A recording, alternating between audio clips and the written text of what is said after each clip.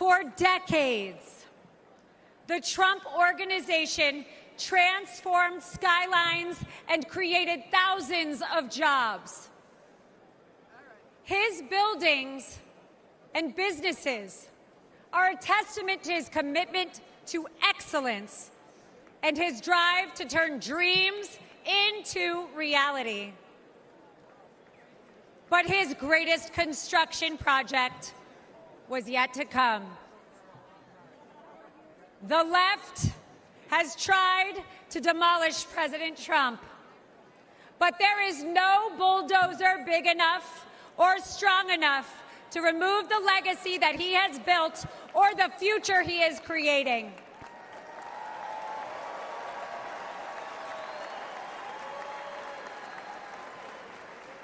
As the 45th President of the United States, Donald Trump built a legacy of putting America first. And as the 47th President, he will build America stronger than ever for we, the people.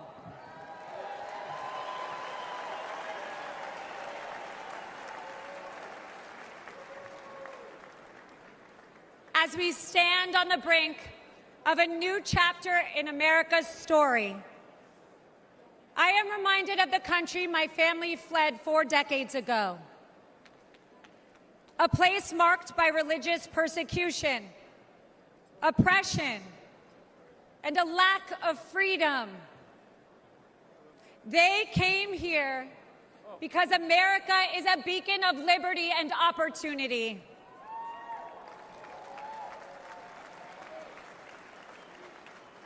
It is now our duty to protect the values that define us and keep this the greatest nation on earth.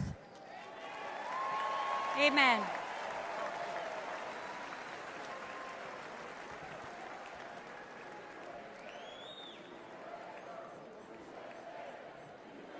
That's right.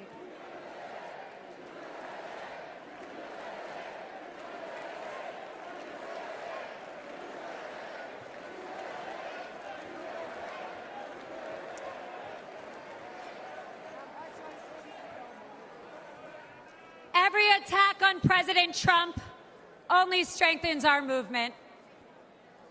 The left's madness is only a sign of desperation. Sham indictments and baseless allegations will not deter us, because the only crime President Trump has committed is loving America.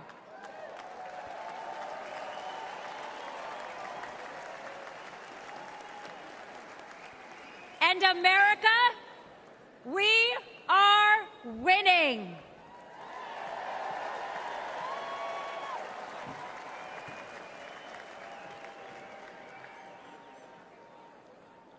Outside of his family and our country, President Trump also has another love: music. A few years ago, he wanted me to hear a new song he had selected for an upcoming rally. I could hear it blaring in the background at Mar-a-Lago. He landed on a song called "Hold On, I'm Coming."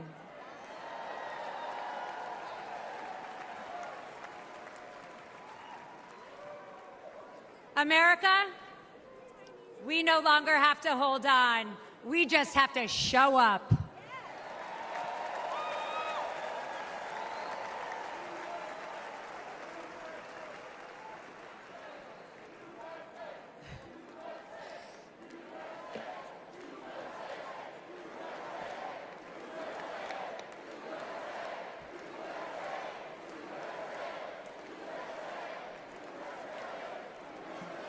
So if you're ready to end the Democrat destruction, and if you're eager to unleash the best America has to offer, then let's send Donald Trump and J.D. Vance to the White House in November.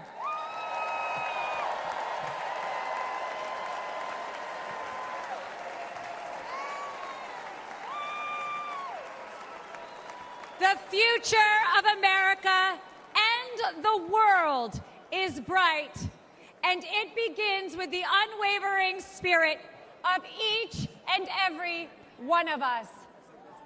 Because of the resilience and the leadership of my friend, President Donald J. Trump.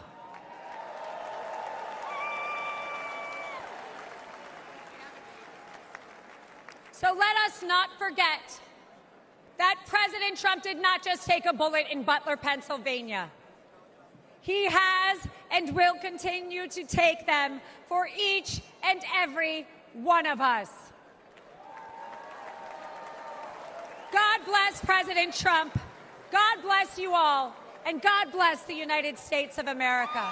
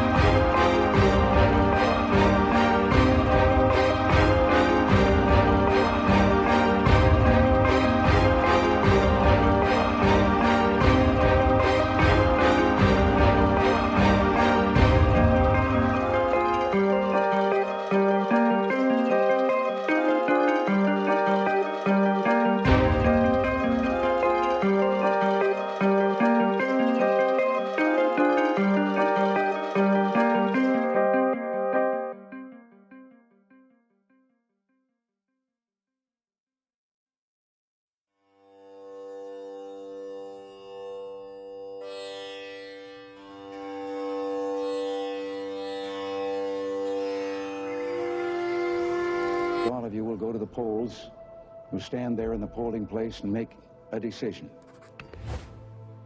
I think when you make that decision, it might be well if you would ask yourself, are you better off than you were 4 years ago? Is it easier for you to go and buy things in the stores than it was 4 years ago? Is there more or less unemployment in the country than there was 4 years ago?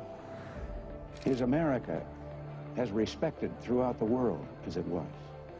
Do you feel that our security is as safe, that we're as strong as we were 4 years ago? If you don't think that this course that we've been on for the last 4 years is what you would like to see us follow for the next 4, then I could suggest another choice that you have. President Trump. He'll make America great again.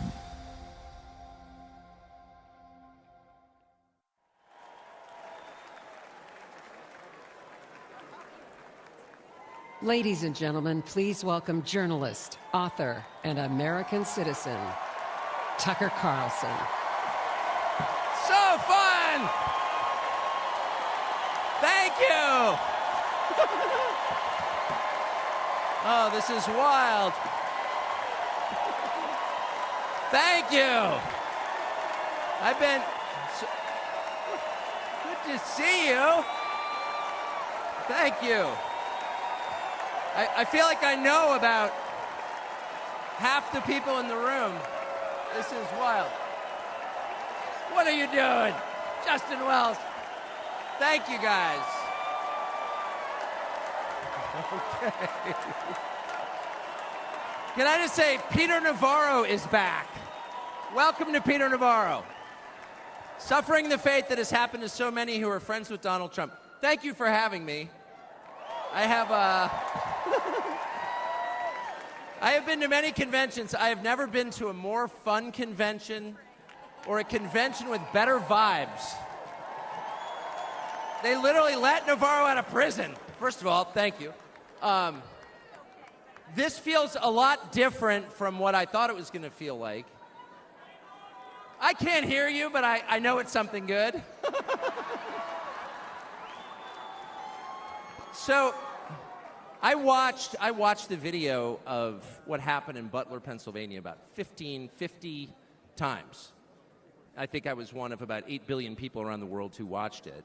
And the more I watched it, the more it struck me that everything was different after that moment.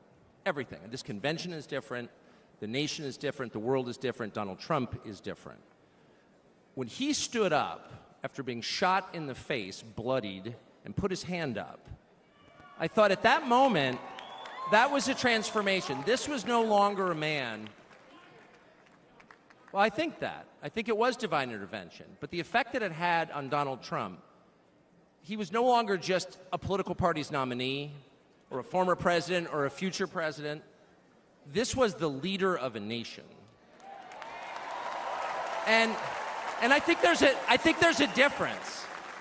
I've spent most of my life in Washington, where the president is at the top of the pyramid. Everyone wants to be the president. But if you think about it, the presidency comes with great power, obviously. But if you think about it, that is a title that is bestowed by a process of some sort that can be subverted.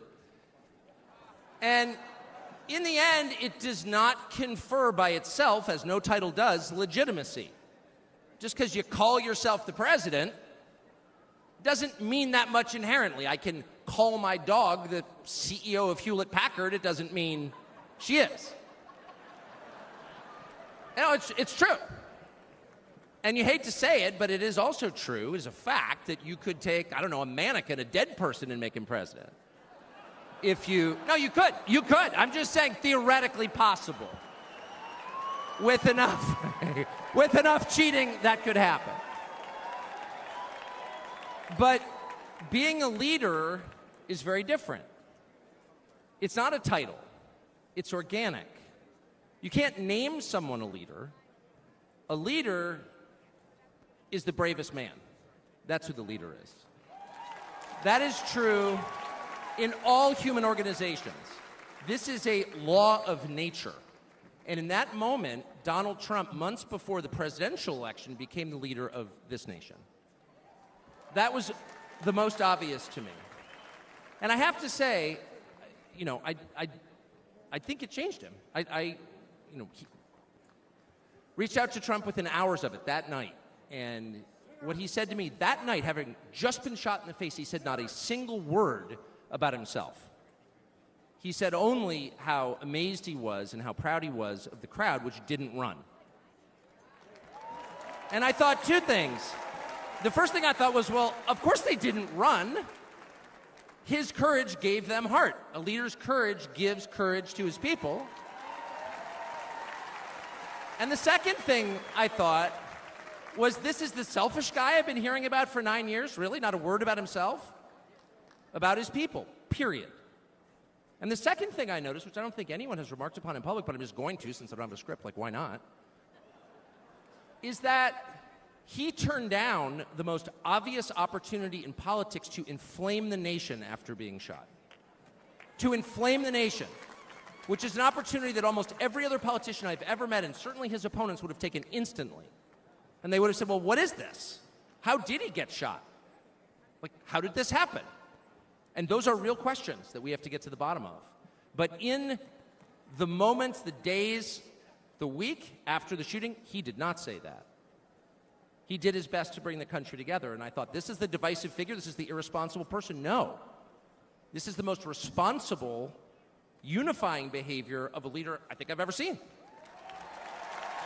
So the question is, where is he leading us? And I could go on for hours, but let me just sum it up. I do think the entire point from the famous escalator ride 9 years ago until today of Donald Trump's public life has been to remind us of one fact, which is a leader's duty is to his people, to his country, and to no other. That's the point. That's the only point. And another word for this is democracy. Democracy, in case you're a little sick of being beaten in the face with democracy on television, actual democracy is the proposition that the citizens of a country own that country. They're not renters, they're not serfs, they're not slaves, they are the owners of the country. And for that to be true, their leaders have to represent them, which is another way of saying they have to do what the people want them to do, or a close approximation thereof. But if they completely ignore what people want, not just 1 year, but generationally, say for 50 years, then it may be, I don't know what, it's not a democracy. And so I think the entire Trump project, paradoxically, is attacked as an enemy of democracy, is to return democracy to the United States. Hey, let's pay attention to what people actually want. And the lack of interest in that question in Washington is something that ultimately drove me out of the city after 35 years. Lawmakers stepping over the prostrate bodies of their fellow citizens ODing on drugs to go cast votes to send money to some foreign country.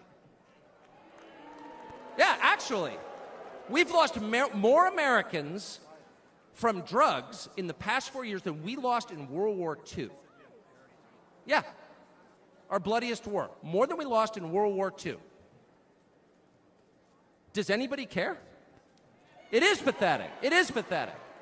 And do you hear a single word from Washington about doing anything about it? We know where the drugs are coming from. We know the supply routes. The U.S. military spent billions bombing the Ho Chi Minh Trail. You don't see our commander-in-chief suggesting that we use our military to protect our country or the lives of its citizens. No. That's for Ukraine. And it's too much, actually. It's too insulting. It's too insulting. It's a middle finger in the face of every American. It's a very clear statement, which is unmistakable. And that is, we don't care about you.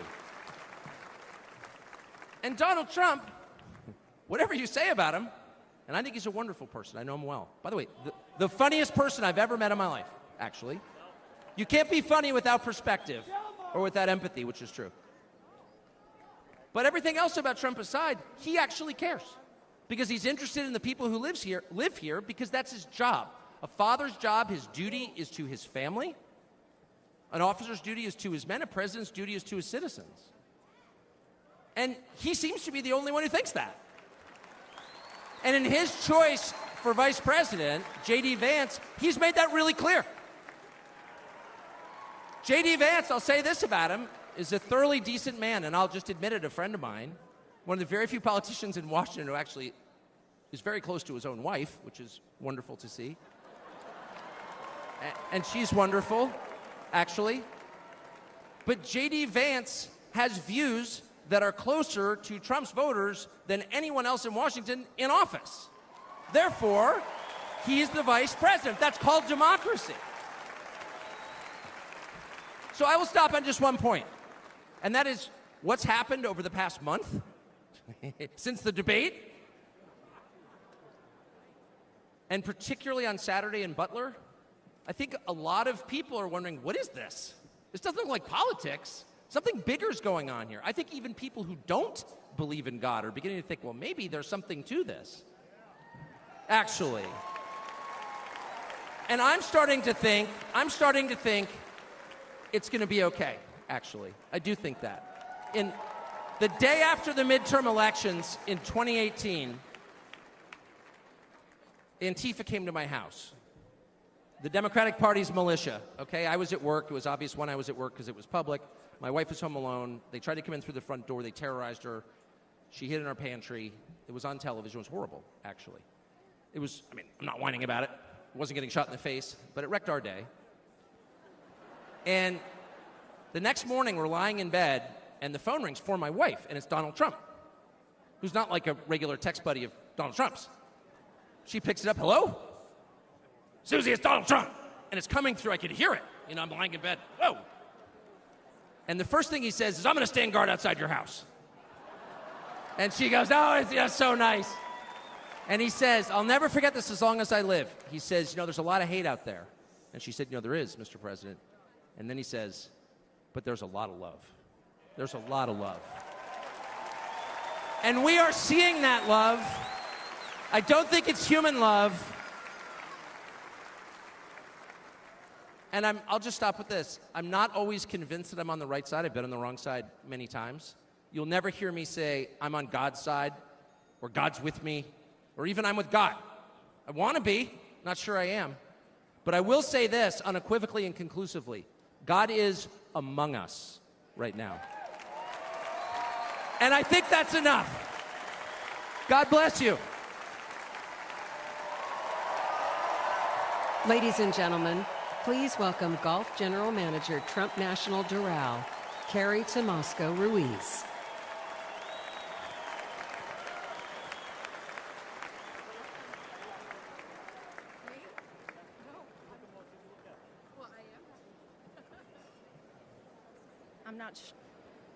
I'm not sure how I follow Tucker, but I'm going to give it a go. Good evening, everyone. My name is Carrie Ruiz, and like some people on this stage this evening, I am not a politician. I am not a public figure. I'm a mom of 3 and a woman of faith who's been fortunate to work side by side with Donald Trump and his amazing family.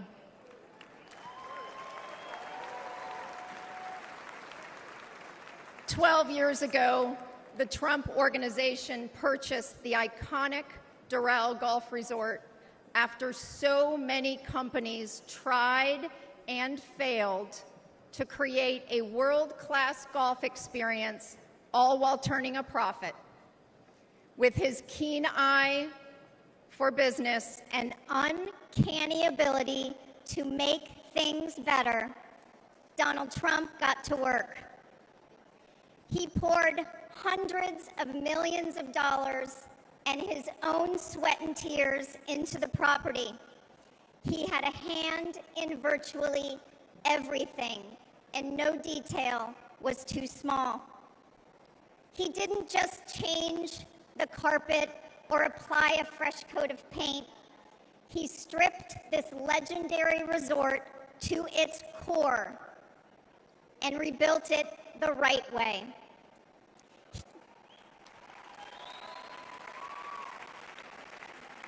He did the hardest things to make it great again. He also built up the resort's people. Thank you, boss.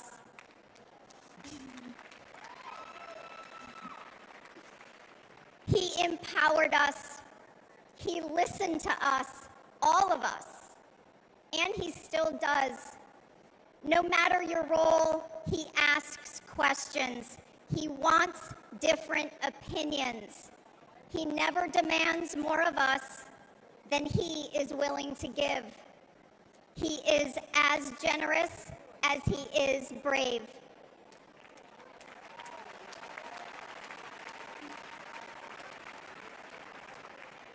And to those who work for him, he provides unwavering support. When he promoted me to the resort's golf general manager position, it was an out-of-the-box choice in a historically male-dominated industry. I am not a golf professional. I cannot break 90 yet. But none of that mattered to President Trump. He looks at things differently. He welcomes the unconventional. And I am proud to be among the countless women he's promoted to leadership positions.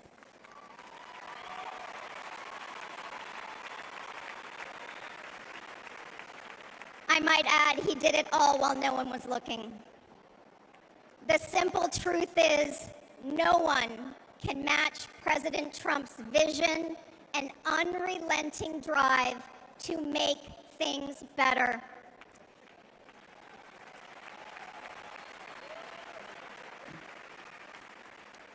He did it at Doral. He did it as president. He will do it again.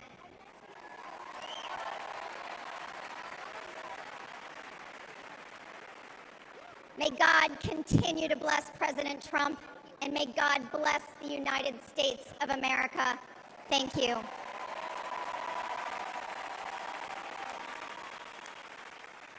This is the final battle. With you at my side, we will demolish.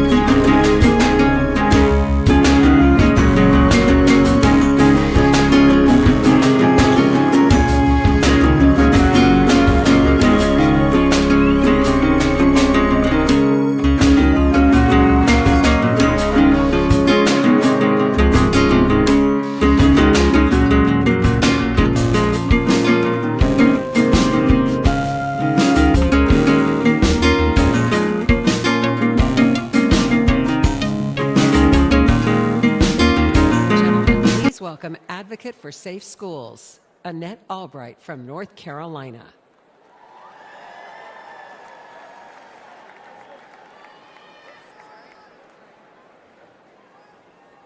Thank you. Thank you so much. Good evening. My name is Annette Albright. I grew up in the small town of Mount Airy, North Carolina. North Carolina! Like my parents and my grandparents, I was a lifelong member of the Democrat Party. Don't worry, the story gets better from here.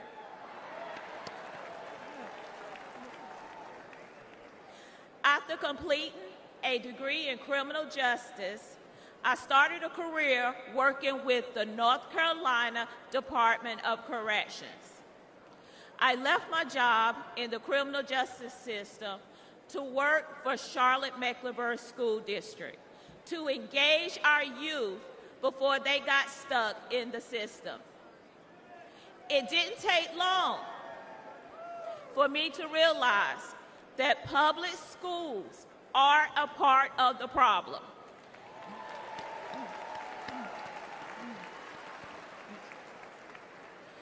Sadly, too many of our schools are more like prisons than places of learning.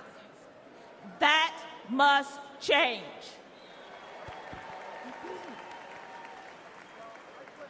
In one public high school, I witnessed a full-blown riot.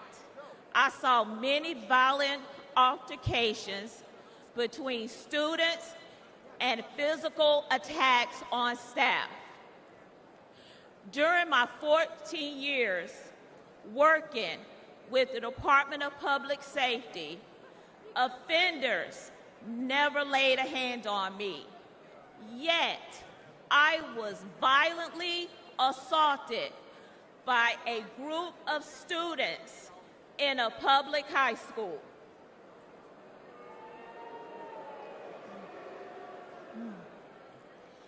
The uptick in school violence was related to an Obama-Biden policy that directed schools to reduce suspension rates and keep dangerous students in the classroom.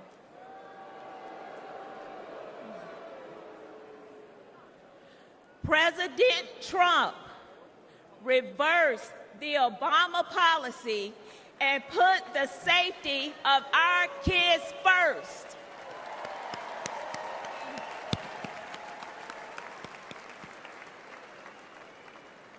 Violence on public school campuses should not be a Democrat issue. It should not be a Republican issue. It is an American people issue.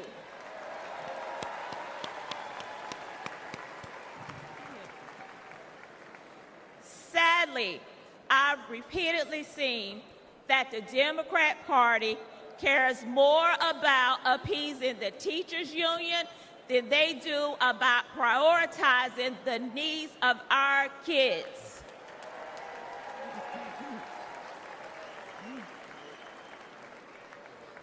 They champion safe spaces instead of safe schools. This is completely wrong.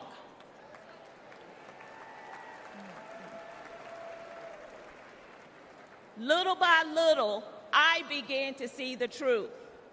While Democrats spend more money on a broken system, Republicans are empowering parents and fighting for school choice.